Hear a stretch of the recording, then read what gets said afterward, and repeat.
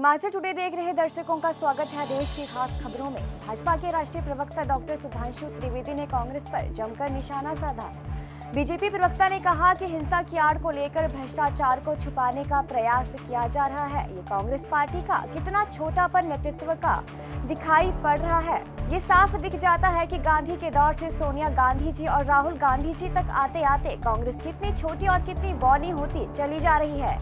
भाजपा प्रवक्ता ने कहा कि जब महात्मा गांधी ने असहयोग आंदोलन शुरू किया और उन्हें लगा कि हिंसा आगजनी की कुछ घटनाएं हुई, उन्होंने कहा कि यद्यपि हमारा इससे कोई भी संबंध नहीं है, तब भी हम अपने आंदोलन को समाप्त करते हैं। आपने सुना होगा कि सत्ता में रहते हुए सत्ताधारी पार्टी के ऊपर भ्रष्टाचार के तमाम आरोप आजादी के बाद से लग चुके हैं, लेकिन अपनी पार्टी के अंदर भ्रष्टाचार, पार्टी की संपत्ति और धन का हरण कर लेना ये कांग्रेस का विचित्र उदाहरण है। ये विषय यूपीए सरकार के दौरान 1 नवंबर 2012 को शुरू हुआ।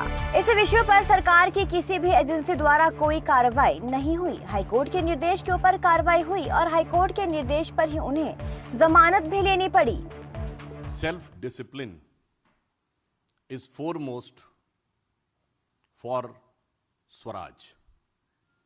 There cannot be any scope for any violent activity to achieve the political motives.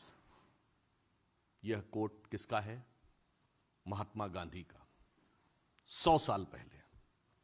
चूंकि जब उन्होंने असहयोग आंदोलन प्रारंभ किया और उन्हें लगा कि हिंसा आगजनी कुछ घटनाएं हुई, तो उन्होंने कहा कि यद्यपि हमारा इससे कोई भी संबंध नहीं है, तब भी हम इसकी नैतिक जिम्मेदारी लेते हैं और आंदोलन को समाप्त करते हैं।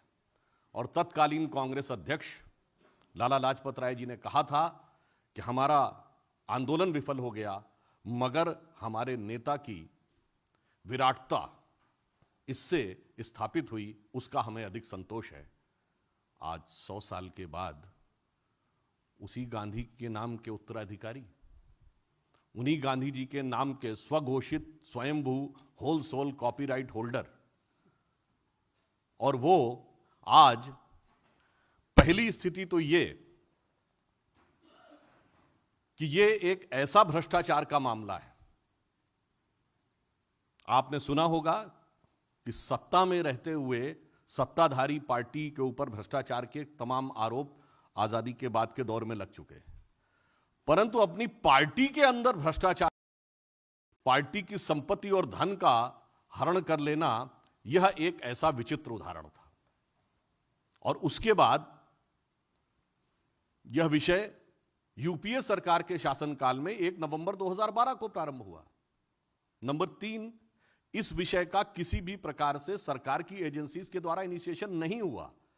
हाई कोर्ट के निर्देश के ऊपर ही कार्रवाई हुई और हाई कोर्ट के निर्देश पर ही उनको बेल लेनी पड़ी।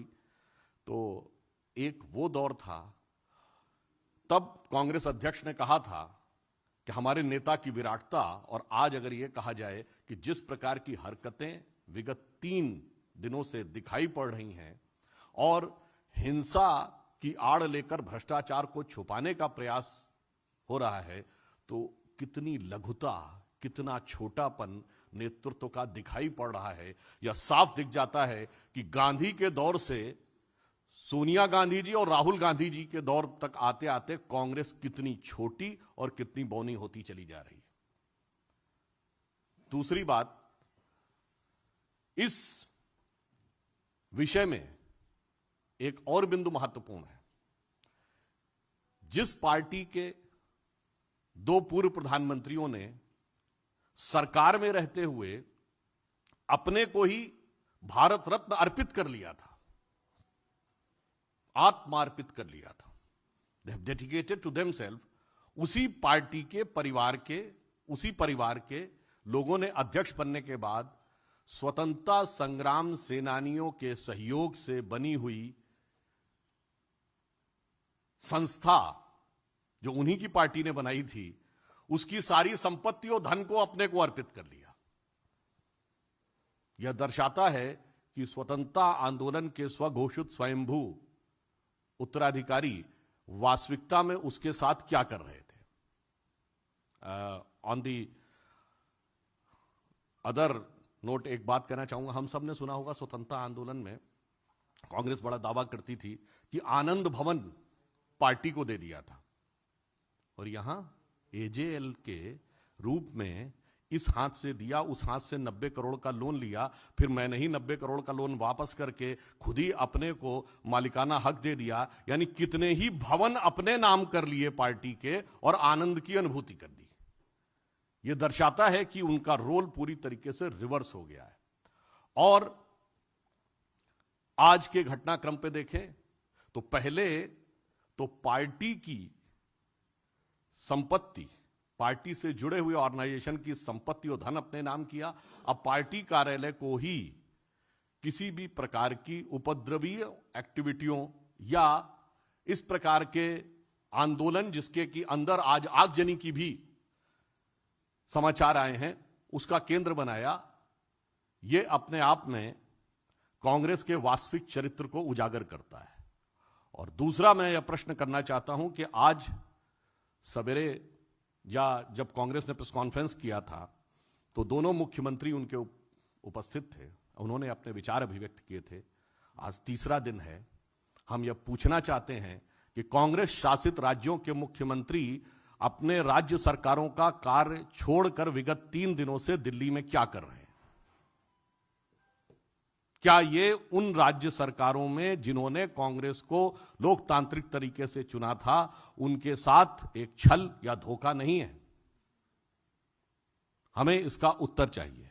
और दूसरी बात, श्री राहुल गांधी जी आज न कांग्रेस के अध्यक्ष हैं न नेता प्रतिपक्ष हैं, वो केवल एक सांसद हैं, और वो भी ऐसा नहीं कि अत्यंत वरिष्ठ सांसद हैं।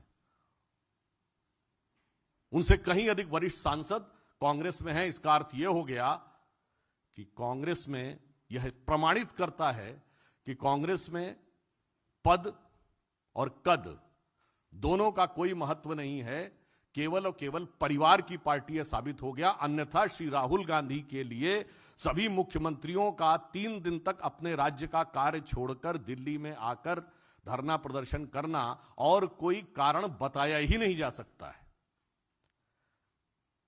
चौथी बात, सरकारी एजेंसियों को काम करने से रोकने के लिए दबाव बनाना और दबाव को झड़प और आगजनी की सीमा तक ले जाना, जो कुछ ये हुआ है, यह दर्शा रहा है कि अगर 3 दिन से यह जमावड़ा हुआ था तो उसका वास्तविक मंतव्य क्या था, वह क्रमशः उजागर होता चला जा रहा है।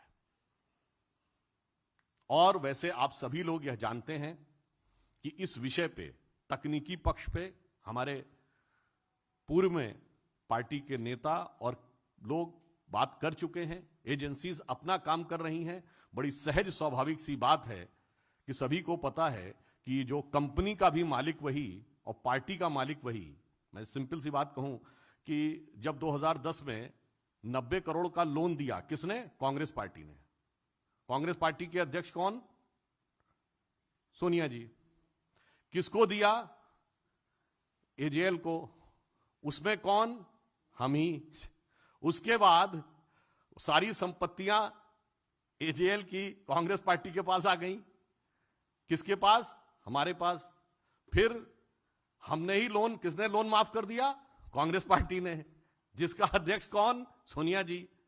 साहब, आपने तो सुना होगा, तेरा तुझको अर्पित क्या लागे मेरा। यहां तो तेरा मुझको अर्पित क्या लागे तेरा। ये भारत की जनता नहीं, ये कांग्रेस के कार्यकर्ताओं के साथ क्या किया है।